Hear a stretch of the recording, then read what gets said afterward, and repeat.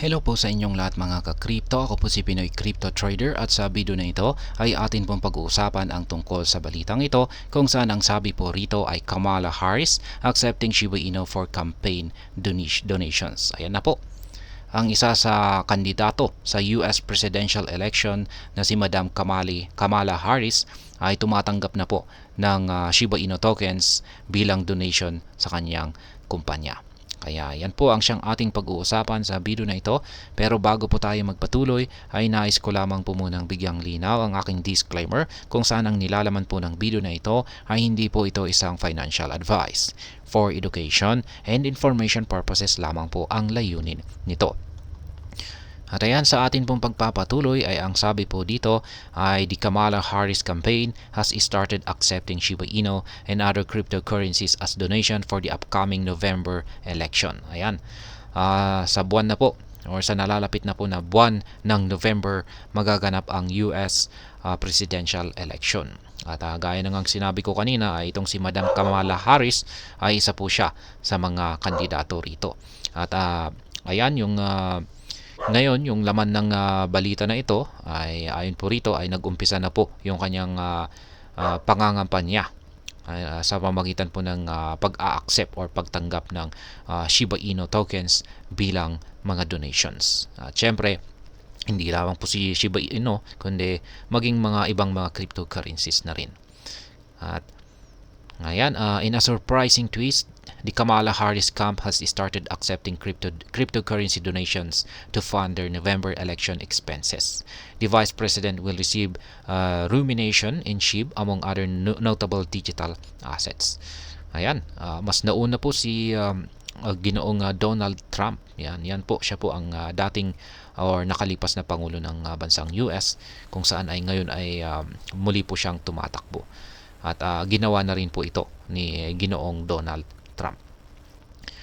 Coinbase Chief Financial Officer Alicia Haas told Fortune magazine Wednesday that the Future Forward Political Action Committee or PAC will oversee donations through the Coinbase Commerce. In addition to SHIB, Coinbase Commerce will accept donations in Bitcoin, Ethereum, ApeCoin, Dogecoin, Litecoin, DAI, USDT, USDC, and Matic. Ayan, yung magbabantay raw dito sa matatanggap na donation ni Madam Kamala Harris ay ang tinatawag pong Future Forward Political Action Committee. Ayan, babantayan po nila yung pumapasok na donation sa pamamagitan po ng Coinbase Commerce. Kaya maliban po kay Shiba Inu ay tumatanggap na rin po sila ng mga ibang mga cryptocurrencies bilang donasyon. At ito po ay sina Bitcoin, Ethereum, ApeCoin, Dogecoin, Litecoin, DAI, USDT, USDC at saka si Matic. Crypto win. Ayan. Panalo na nga ba sa crypto itong si Madam Kamala Harris? Harris' acceptance of cryptocurrency donations could confirm the Vice President's camp's changing attitude towards digital asset. Kasi itong si Madam Kamala Harris ay hindi po natin alam kung siya ba ay panig sa crypto or hindi.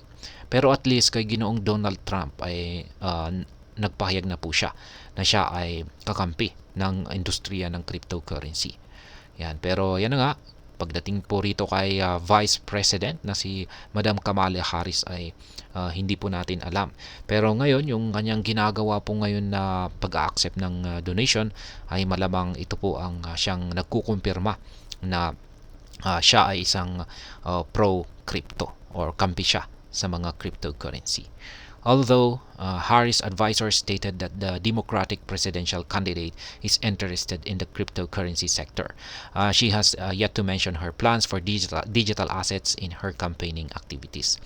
Ayan naman po, sinabi naman po ng kanyang advisor na itong si Madam Kamala Harris ay interesado daw po sa cryptocurrency. Pero iba pa rin kung pag si Madam Kamala Harris mismo ang siyang magsasabi nito or lalabas sa kanyang sariling salita. At ngayon ay hindi pa siya naglalabas ng kanyang plano kung ano ang kanyang gagawin or kung ano yung kanyang mga kung pag siya ay naupo sa pagkapangulo. Ayan, kung sakaling siya ang nanalo at naupo sa pagkapangulo ay hindi pa siya naglalabas ng kanyang plano sa mga cryptocurrencies kung ano ang kanyang gagawin dito. Meanwhile, former President Donald Trump has been more resolute about his stance for the cryptocurrency. Ayan, mas maingay po talaga itong si dating US President na si Donald Trump. At talagang siya po ay panig sa industriya ng cryptocurrencies. He has publicly promised to create a conducive environment for digital innovations like cryptocurrencies, starting with firing SEC Chair Gary Gensler. Yan po yung isang matinding pahayag niya. As ayon po kay Ginoong Donald Trump, unang-unang araw pa lamang daw na pagkakaupo niya sa opisina bilang Pangulo. Yan. At yan ay syempre kung pag siya ang nanalo. Ang unang-una raw po niyang gagawin ay ang tanggalin ang kasalukuyang SEC chairman na si Ginoong Gary Gensler. If Harris makes a similar commitment, the crypto sector could be assured it will blossom regardless of the outcome of the presidential election.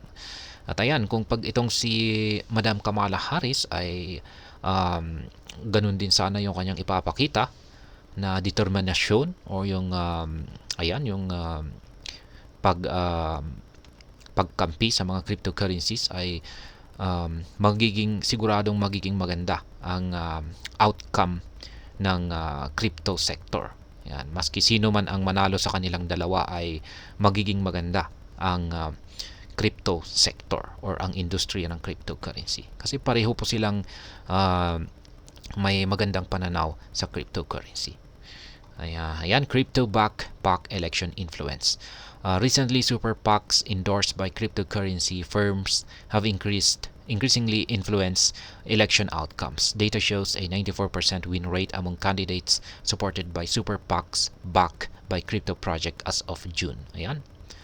Meron po tayong tinatawag dito na super PAC at yung kanilang pag-i-endorso ay mukhang nakakaapekto po ito sa outcome ng nagaganap na election.